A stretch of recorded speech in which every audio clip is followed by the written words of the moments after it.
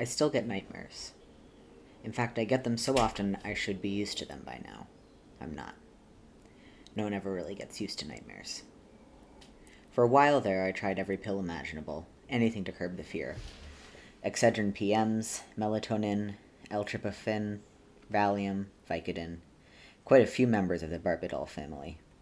A pretty extensive list, frequently mixed, often matched, with shots of bourbon, a few lung-rasping bong hits, sometimes even the vaporous self-confidence trip of cocaine. None of it helped. I think it's pretty safe to assume there's no lab sophisticated enough yet to synthesize the kind of chemicals I need. A Nobel Prize to the one who invents that puppy. I'm so tired. Sleep's been stalking me for too long to remember. Inevitable, I suppose. Sadly, though, I'm not looking forward to the prospect. I say sadly because there was a time when I actually enjoyed sleeping. In fact, I slept all the time. That was before my friend Lude woke me at 3 in the morning and asked me to come over to his place. Who knows? If I hadn't heard the phone ring, would everything be different now? I think about that a lot. Actually, Lude had told me about the old man a month or so before that fateful evening. Is that right? Fate? Sure as hell wasn't full. Or was it exactly that? I'd been in the throes of looking for an apartment after a little difficulty with a landlord who woke up one morning convinced he was Charles de Gaulle. I was so stunned by this announcement that before I could think twice, I'd already told him how, in my humble estimation, he did not at all resemble an airport, though the thought of a 757 landing on him was not at all disagreeable.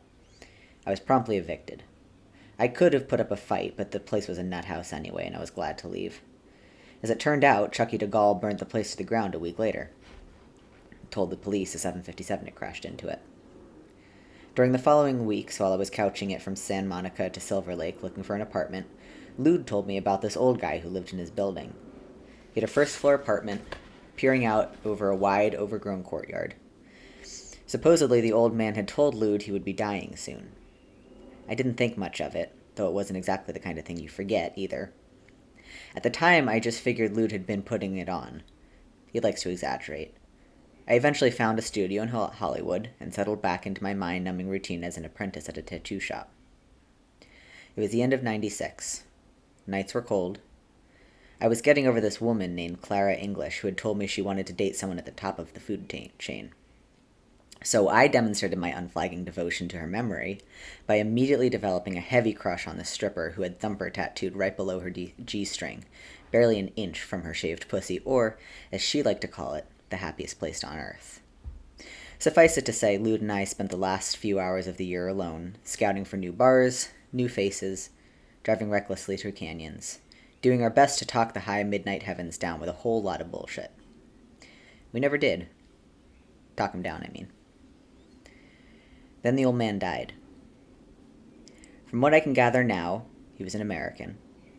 Though, as I would later find out, those who worked with him detected an accent, even if they could never say for certain where it came from. He called himself Zampano. It was the name he put down on his apartment lease and on several other fragments I found. I never came across any sort of ID, a passport, license, or any other official document insinuating that, yes, he was indeed an actual and accounted-for person. Who knows where his name really came from? Maybe it's authentic, maybe made up, maybe borrowed. A nom de plume, or, my personal favorite, a nom de guerre. As Lude told it, Zampano had lived in the building for many years, and though he mostly kept to himself, he never failed to appear every morning and evening to walk around the courtyard, a wild place with knee-high weeds and back then populated with over 80 stray cats.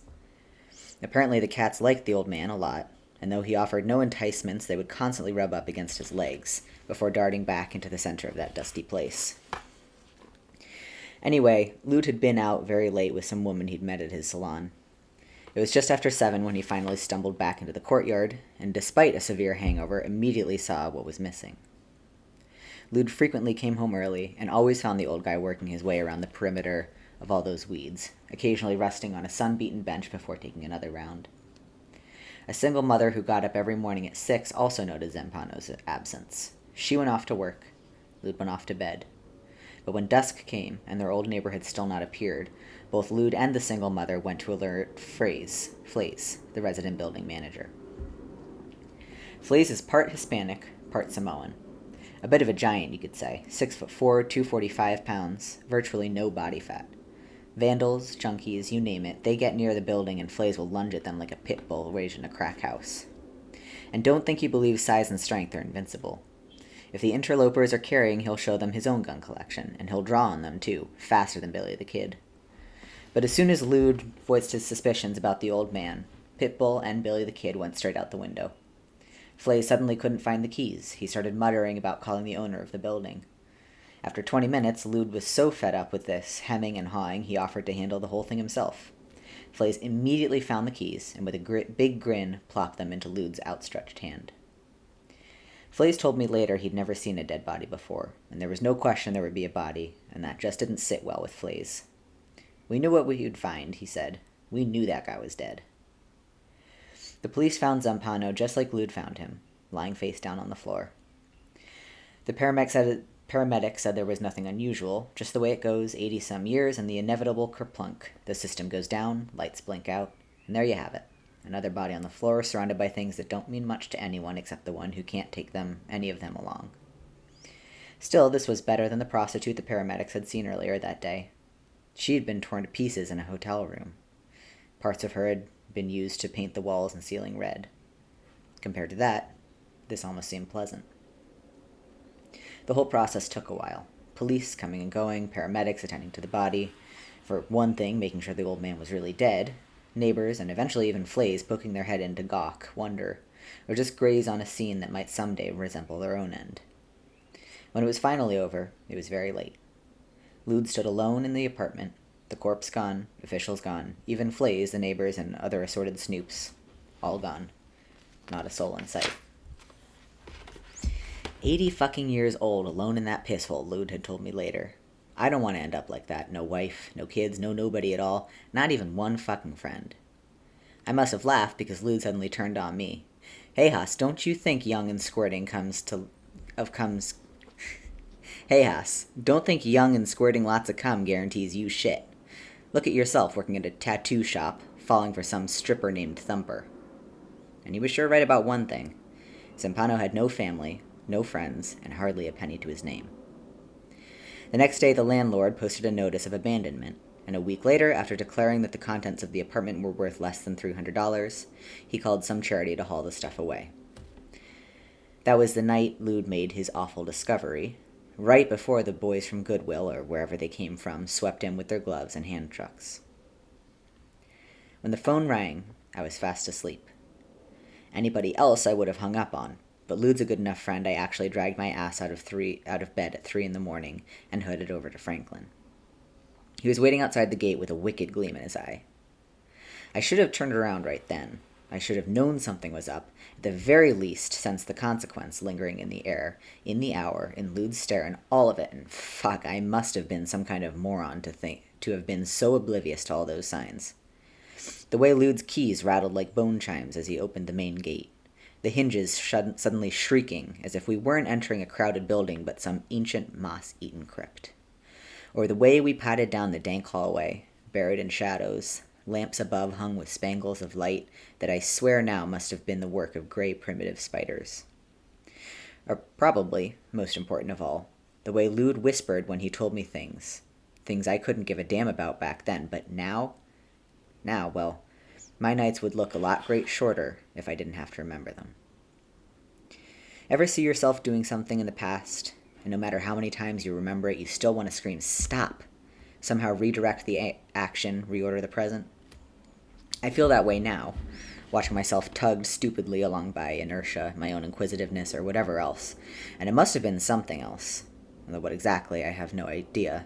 Maybe nothing. Maybe nothing's all.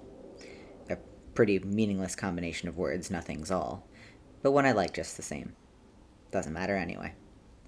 Whatever orders the path of all yesterdays was strong enough that night to draw me past all those sleepers, kept safely at bay from the living, locked behind their sturdy doors, until I stood at the end of the hall, facing the last door on the left.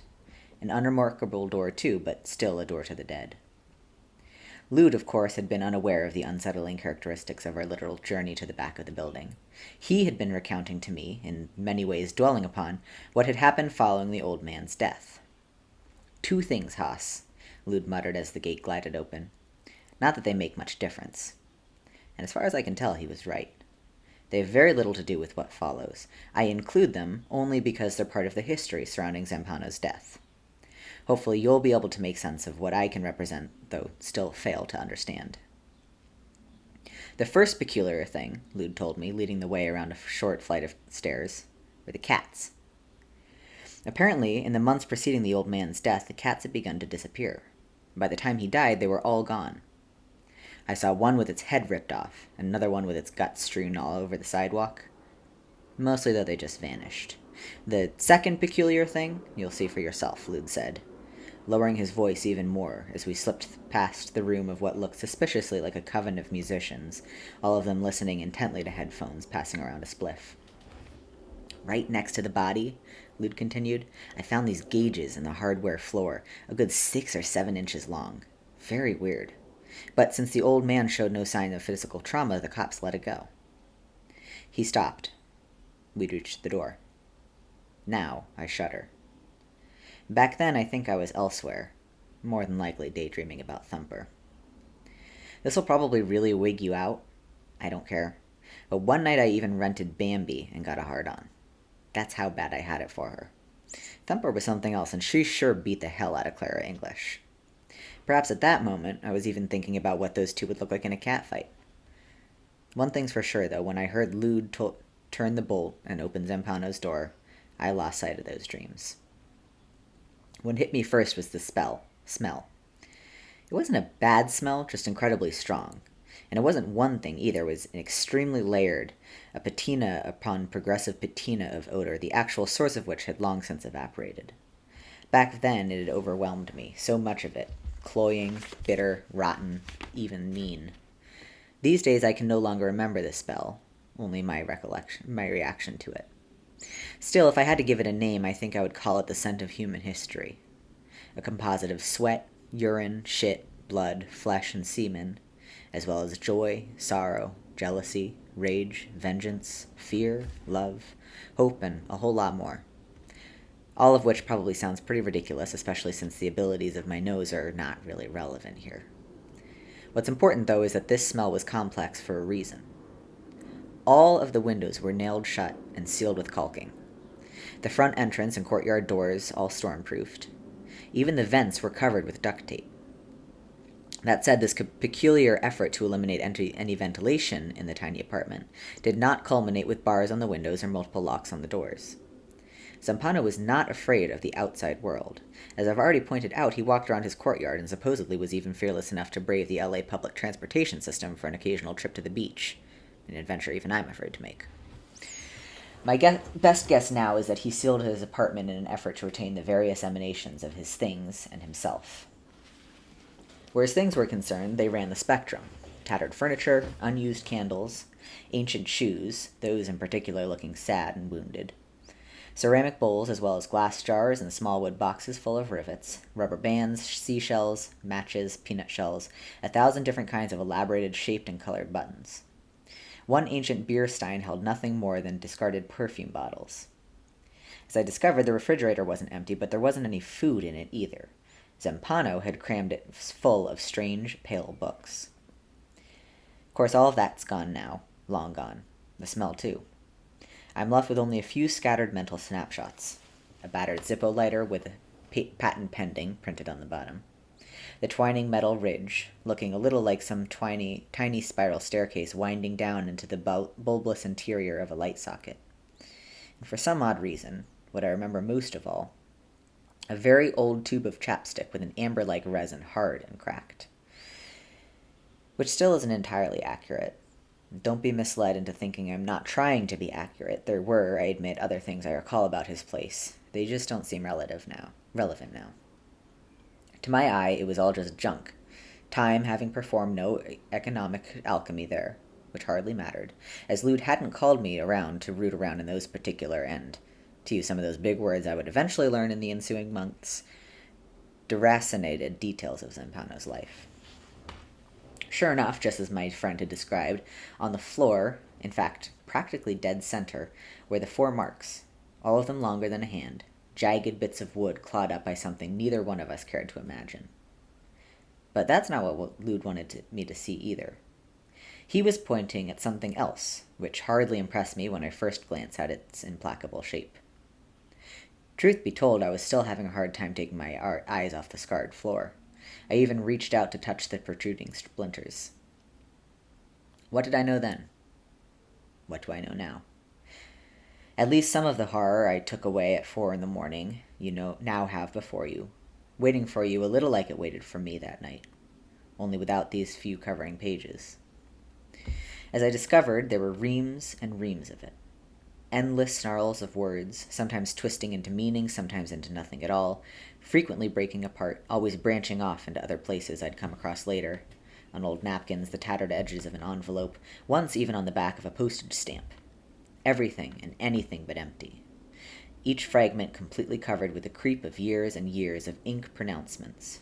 Layered, crossed out, amended, handwritten, typed, legible, illegible, impenetrable, lucid, torn, stained, scotch-taped, some bits crisp and clean, others faded, burnt, or folded and refolded so many times the creases have obliterated whole passages of God knows what. Sense, truth, deceit, a legacy of prophecy or lunacy or nothing of the kind. And in the end achieving, designating, describing, recreating. Find your own words. I've got no more. There are plenty more, but why? All to tell what? Lou didn't need to have the answer, but maybe he knew I would. Maybe that's why we were friends. Or maybe I'm wrong. Maybe he did need the answer, he just knew he wasn't the one who could find it. Maybe that's the real reason we were friends. But that's probably wrong too. One thing's for sure, even without touching it. Both of us slowly began to feel its heaviness, sensed something horrifying in its proportions, its silence, its stillness, even if it did seem to have been shoved almost carelessly to the side of the room.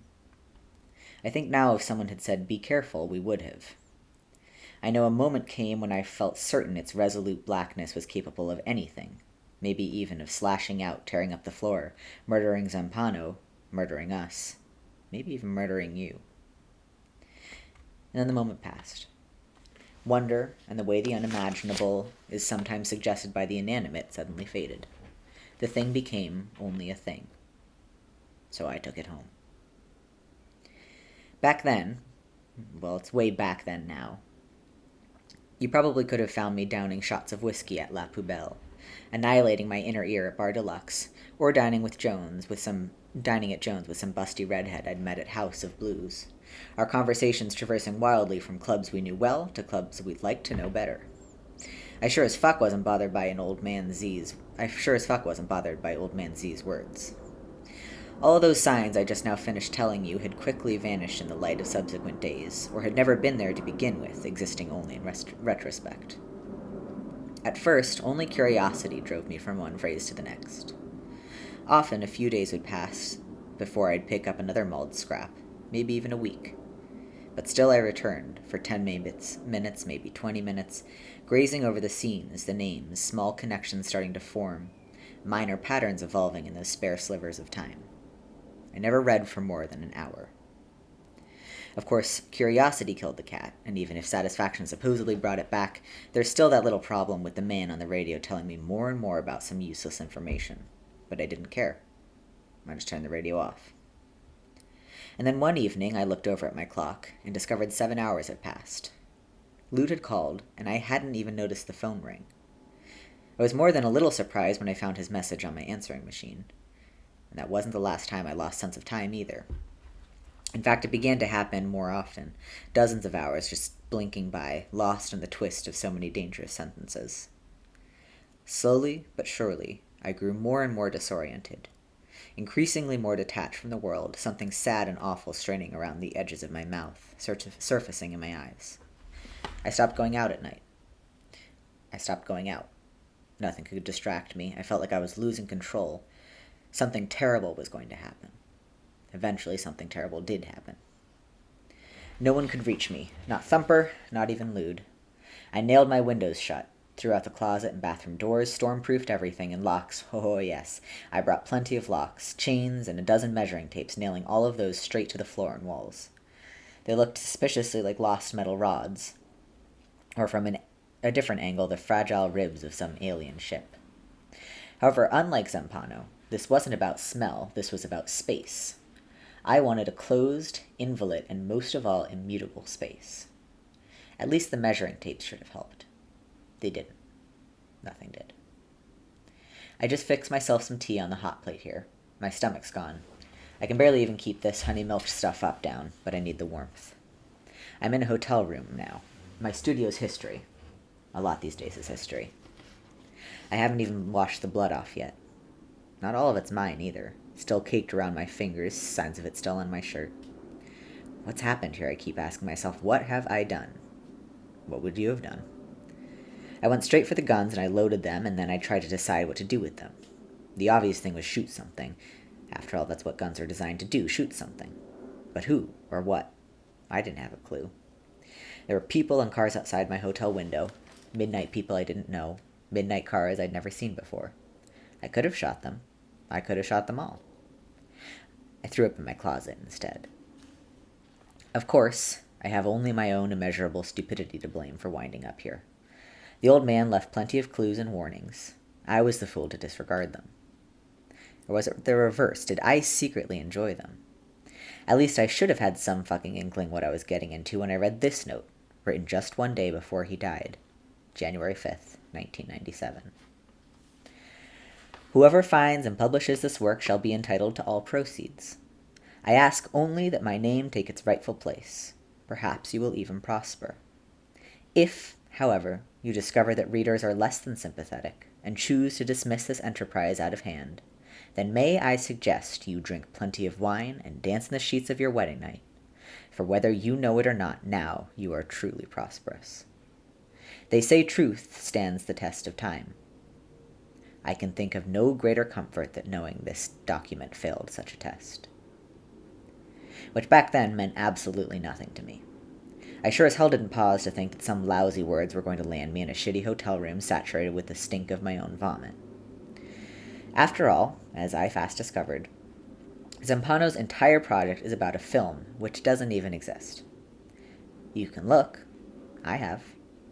But no matter how long you search, you will never find the Navidson record in theaters or video stores. Furthermore, most of what's said by famous people has been made up. I tried contacting all of them. Those that took the time to respond told me they had never heard of Will Navidson, let alone Zampano. As for the books cited in the footnotes, a good portion of them are fictitious. For instance, Gavin Young's Shots in the Dark doesn't exist, nor does The Works of Hubert Howe Bancroft, Volume 28. On the other hand, virtually any dimwit can go to a library and find W. M. Lindsay and H. J. Thomas's Ancient Lore and Medieval Latin Glossaries. There really was a rebellion on the 1973 Skylab mission, but La Belle Niçoise et le Beau Chien is made up, as is, I assume, the bloody story of Casa and Molino. Add to this my own mistakes, and there's no doubt I'm responsible for plenty, as well as those errors Zampano made which I failed to notice or correct, and you'll see why there's suddenly a whole lot more in here not to take seriously. In retrospect, I also realize there are probably numerous people who would have been better qualified to handle this work, scholars with PhDs from Ivy League schools, and minds greater than any Alexandrian library or WorldNet. Problem is, those people were still in their universities, still on their net, and nowhere near Whitley when an old man without friends or family finally died. Zampano, I've come to recognize now, was a very funny man. But his humor was all that wry, desiccated kind soldiers whisper, all their jokes subsurface, their laughter amounting to little more than a tick in the corner of their mouth, told as they wait together in their outpost, slowly realizing that help's not coming to reach them in time, and come nightfall, no matter what they've done or what they try to say, slaughter will overrun them all. Carrion dawn for vultures. See, the irony is, it makes no difference that this documentary at the heart of this book is fiction. Zampano knew that from the get-go, that what's real or isn't real doesn't matter here. The consequences are the same. I can suddenly imagine the cracked voice I never heard, lips barely creasing into a smile, eyes pinned in darkness. Irony? Irony can never be more than our own personal Maginot line, the drawing of it, for the most part, purely arbitrary. It's not surprising, then, that when it came to undermining his own work, the old man was superbly capable. False quotes or invented sources, however, all pale in comparison to his biggest joke. Zampano writes constantly about seeing. What we see, how we see, and in turn what we can't see. Over and over again, in one form or another, he returns to the subject of light, space, shape, line, color, focus, tone, contrast, movement, rhythm, perspective, and composition. None of which is surprising, considering Zampano's piece centers on a documentary film called The Navidson Record, made by a Pulitzer Prize-winning photojournalist, who must somehow capture the most difficult subject of all, the sight of darkness itself. Odd, to say the least. At first, I figured Zampano was just a bleak old dude, the kind who makes Itchy and Scratchy look like Calvin and Hobbes. His apartment, however, didn't come close to anything envisioned by Joel Peter Witkin, or what's routinely revealed on the news. Sure, his place was eclectic, but hardly grotesque, or even that far out of the ordinary, until, of course, you took a more careful look and realized, hey, why are all these candles unused? Why no clocks? None on the walls, not even on the corner of a dresser. And what's with these strange pale books, or the fact that there's hardly a goddamn bulb in the whole apartment, not even one in the refrigerator? Well, that, of course, was Zampano's greatest ironic gesture. Love of love, written by the broken-hearted. Love of life, written by the dead. All this language of light, film, and photography, and he hadn't seen a thing since the mid-50s. He was blind as a bat. Almost half the books he owned were in Braille. Lude and Flays both confirmed that over the years the old guy had had numerous readers visiting him during the day. Some of these came from community centers, the Braille Institute, or were just volunteers from USC, UCLA, or Santa Monica College.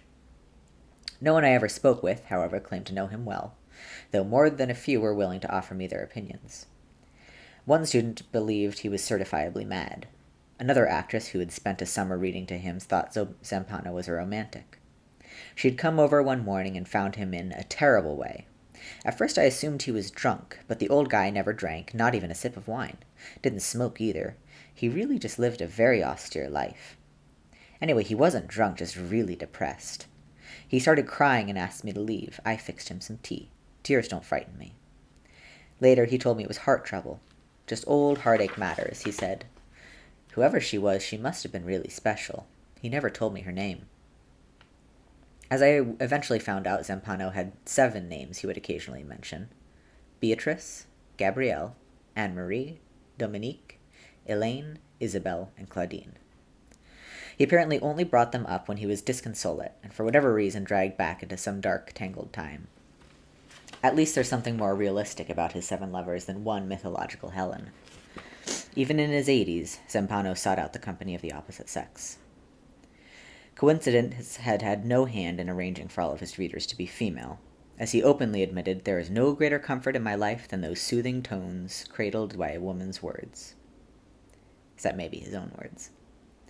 Zampano was in essence, to use another big word, a graphomaniac. He scribbled until he died, and while he came close a few times, he never finished anything, especially the work he would unabashedly describe as either his masterpiece or his precious darling. Even in the day before he failed to appear in that dusty courtyard, he was dictating long discursive passages, amending previously written pages, and reconstructing an entire chapter. His mind never ceased branching out into new territories. The woman who saw him for the last time remarked that whatever it was he could never quite address in himself prevented him from ever settling. Death finally saw to that. With a little luck, you'll dismiss this labor, react as Zampano had hoped. Call it needlessly, ridiculously, complicated, pointlessly obtuse, prolix, your word, ridiculously conceived, and you'll believe all you've said, and then you'll put it aside. Even though, here, just that one word, aside, makes me shudder. For what is it really to be just put aside? And you'll carry on, eat, drink, and be merry, and most of all, you'll sleep well. Then again, there's a good chance you won't. This much I'm certain of. It doesn't happen immediately. You'll finish, and that'll be that. Until a moment will come, maybe in a month, maybe in a year, maybe even several years. You will be sick, or feeling troubled, or deeply in love, or quietly uncertain, or even content for the first time in your life. It won't matter. Out of the blue, beyond any cause you can trace, you'll suddenly realize things are not how you perceived them to be at all. For some reason, you will no longer be the person you believed you once were. You'll detect slow and subtle shifts going on all around you. More importantly, shifts in you. Worse, you'll realize it's always been shifting, like a shimmer of sorts, a vast shimmer only dark, like a room. But you won't understand why or how. You'll have forgotten what granted you this awareness in the first place. Old shelters, television, magazines, movies won't protect you anymore. You might try scribbling in a book, on a napkin, maybe in the margins of this book. That's when you'll discover that you no longer trust the very walls you always took for granted. Even the hallways you've walked 100 times will feel longer, much longer, and the shadows, any shadow at all, will suddenly seem deeper, much, much deeper. You might try then, as I did, to find a sky so full of stars it will blind you again. Only no sky can blind you now. Even with all that iridescent magic up there, your eye will no longer linger on the light. It'll no longer trace constellations. You'll care only about the darkness, and you'll watch it for hours, for days, maybe even for years, trying in vain to believe you're some kind of indispensable, universe-appointed sentinel, as if just by looking, you could actually keep it all at bay. It'll get so bad you'll actually be afraid to look away. You'll be afraid to sleep. Then no matter where you are, in a crowded restaurant or on some desolate street, or even in the comforts of your own home, you'll watch yourself dismantle every assurance you've ever lived by. You'll stand aside as great complexity intrudes, tearing apart piece by piece all of your carefully conceived denials, whether deliberate or unconscious. And then, for better or worse, you'll turn, unable to resist, though try to resist you still will, fighting with everything you've got not to face the thing which you most dread, what is now, what will be, what has always come before, the creature you truly are, the creature we all are, buried in the nameless black of a name. And then the nightmares will begin. Johnny Truant, October 31st, 1998, Hollywood, California. The Navinson Record. While enthusiasts and detractors will continue to empty entire dictionaries attempting to describe it or deride it, authenticity still remains the word most likely to stir a debate. In fact, this leading obsession, to validate or invalidate the reels and tapes, invariably brings up a collateral and more general concern. Whether or not, with the advent of digital technology, image has forsaken its once unimpeachable hold on the truth. Footnote 1, a topic more carefully considered in Chapter 9.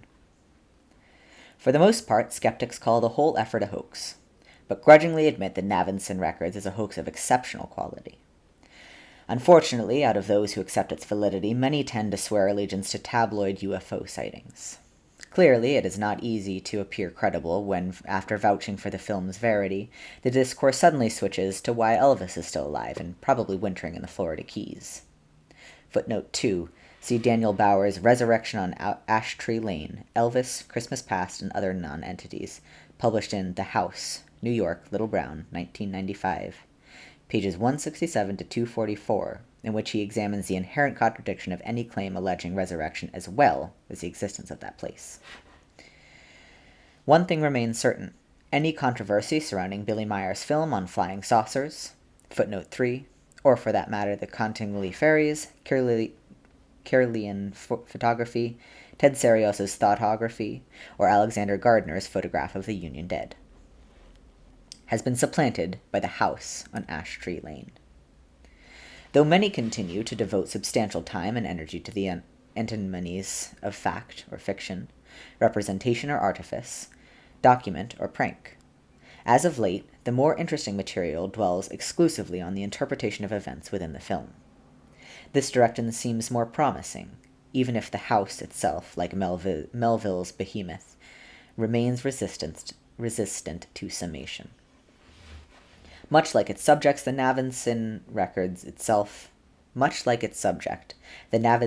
itself is also uneasily contained, whether by category or election.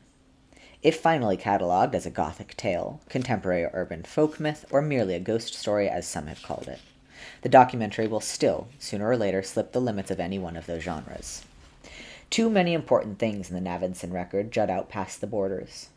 Where one might expect horror, the supernatural, or traditional paroxysms of dread and fear, one discovers disturbing sadness, a sequence on radioactive isotopes, or even laughter over a Simpsons episode. In the 17th century, England's greatest topographer of worlds, satanic and divine, warned that hell was nothing less than regions of sorrowful, doleful shades, where peace and rest can never dwell, hope never comes that comes to all. Thus echoing the words copied down by hell's most famous tourist. It's Italian, I'm not going to try to read it. Footnote 4. That first part comes from Milton's Paradise Lost, Book 1, lines 65 to 67. The second from Dante's Inferno, Canto 3, lines 7 to 9. In 1939, some guy named John D. Sinclair from the Oxford University Press translated the Italian as follows. Before me, nothing was created but eternal things, and I endure eternally. Abandon every hope, ye that enter. Even today, many people still feel the Navidson record, in spite of all these existential refinements and contemporary illusions, continues to reflect these exact sentiments. In fact, a few eager intellectuals have already begun to treat the film as a warning in and of itself, perfectly suited for hanging whole above the gates of such schools as architectonics, Popomo, consequentialism, neoplasticism, phenomenology, information theory, Marxism, biosemiotics, to say nothing of psychology, medicine, New Age spirituality, art, and even neo-minimalism. Will Navidson, however, remains stalwart in his insistence that his documentary should be taken literally. As he himself says, all this, don't take it as anything else but this. And if one day you find yourself passing by that house, don't stop, don't slow down, just keep going. There is nothing there. Beware. Considering how the film ends, it is not surprising that more than a handful of people have decided to heed his advice. The Navidson record did not first appear as it does today. Nearly 7 years ago, what surfaced was the 5.5-minute hallway, a 5.5-minute optical illusion barely exceeding the abilities of any NYU film school graduate. The problem, of course, was the accompanying statement that claimed all of it was true. In one continuous shot, Navidson, who we never actually see, momentarily focuses on a doorway on the north wall of his living room before climbing outside of the house through a window to the east of that door, where he trips slightly in the flower bed, redirects the camera from the ground to the exterior white clapboard, then moves right, crawling back inside the house through a second window, this time to the west of that door, where we hear him grunt slightly as he knocks his head on the sill, eliciting light laughter from those in the room, presumably Karen, his brother Tom, and his friend Billy Reston, though like Navidson, they too never appear on camera, before finally returning to the starting point, thus completely circling the doorway and so proving beyond a shadow of a doubt that insulation or siding is the only possible thing this doorway could lead to, which is when all laughter stops, and Navidson's hand appears in frame, and pulls open the door, revealing a long, narrow, black hallway, at least 10 feet long, prompting Navidson to reinvestigate, once again leading us out on another circumambulation of this strange passageway, climbing in and out of the windows, pointing the camera to where the hallway should extend, but finding nothing more than his own backyard. No 10-foot protuberance, just rose bushes, a muddy dart gun, and the translucent summer air. In essence, an exercise in disbelief, which, despite his best intentions, still takes Navidson back inside that impossible hallway, as the camera begins to move closer, threatening this time to actually enter it, Karen snaps. "Don't you dare go in there again, Navy," to which Tom adds, "Yeah, not such a hot idea," thus arresting Navidson at the threshold, though he still puts his hand inside, finally retracting and inspecting it as if by seeing it alone, there might be something more to feel. Reston wanting to know if in fact his friend does sense something different, and Navidson providing the matter-of-fact answer which also serves as this conclusion, however abrupt, to this bizarre short. It's freezing in there. A dissemination of the 5.5-minute hallway seemed driven by curiosity alone. No one ever actually officially distributed it, and so it never appeared in film festivals or commercial film circles. Rather, VHS copies were passed around by hand, a series of progressively degenerating dubs of a home video revealing a truly bizarre house, with notably very few details about the owners, or for that matter, the author of the piece. Less than a year later, another short surfaced. It was even more hotly sought after than the 5.5-minute hallway, and resulted in some fervent requests for Navidson in the house itself, all of which, for one reason or another, failed. Unlike the first, this short was not a continuous shot, prompting many to speculate that the 8 minutes making up Exploration Number 4 were in fact bits of a much larger whole. The structure of Exploration Number 4 is highly discontinuous, jarring, and as evidenced by many poor edits, even hurried. The first shot catches Navidson mid-phrase. He is tired, depressed, and pale. Days, I think, and I don't know. Drink of something, unclear what. Actually, I'd like to burn it down. Can't think clearly enough to do it, though. And now, this. The next shot jumps to Karen and Tom arguing over whether or not to go in after him. At this point, it remains unclear to whom they are referring. There are several more shots. Trees in winter. Blood on the kitchen floor. One shot of a child, Daisy, crying. Then back to Navidson. Nothing but this tape, which I've seen enough times, is more like a memory than anything else, and I still don't know. Was he right, or just out of his mind? Followed by 3 more shots. Dark hallways. Windowless rooms. Stairs. Then a new voice. I'm lost. Out of food. Low on water. No sense of direction. Oh, God. The speaker is a bearded, broad-shouldered man with frantic eyes. He speaks rapidly and appears short of breath. Holloway Roberts, born in Menominee, Wisconsin, bachelor's from UMass. There's something here. It's following me. It's stalking me. I've been stalked for it by days, but for some reason it's not attacking. It's waiting for something. I don't know what. Holloway Roberts, Menominee, Wisconsin. I'm not alone here. I'm not alone. Thus bringing to an end this strange abstract which, as the release of the Navidson record revealed, was sparingly incomplete. Then for 2 years, nothing. Few clues about who any of these people were, though eventually a number of photographers in the news community did recognize the author as none other than Will Navidson, the prize-winning photojournalist who won the Pulitzer for his picture of a dying girl in Sudan. Unfortunately, discovery only generated a few months of heated speculation before, in the absence of press corroboration, the location of the house, or for that matter any comment by Navidson himself, interest died out. Most people just write it off as some kind of weird hoax, or, because of the unusual conceit, an aberrant UFO sighting. Nevertheless, the deteriorating dubs did circulate, and in some trendy academic circles a debate began. Was the subject a haunted house? What did Holloway mean by lost? How could anyone be lost in a house for days anyway? Furthermore, what was someone like with Navidson's credentials doing creating 2 strange shorts like these? And again, was this artifice or reality? Certainly a good deal of the debate was sustained by a bit of old-fashioned cultural elitism. People talked about the Navidson pieces because they were lucky enough to have seen them. Lee Sinclair suspects a majority of professors, students, Soho artists, and avant-garde filmmakers who spoke and even wrote so knowingly about the tapes more than likely never even viewed one frame.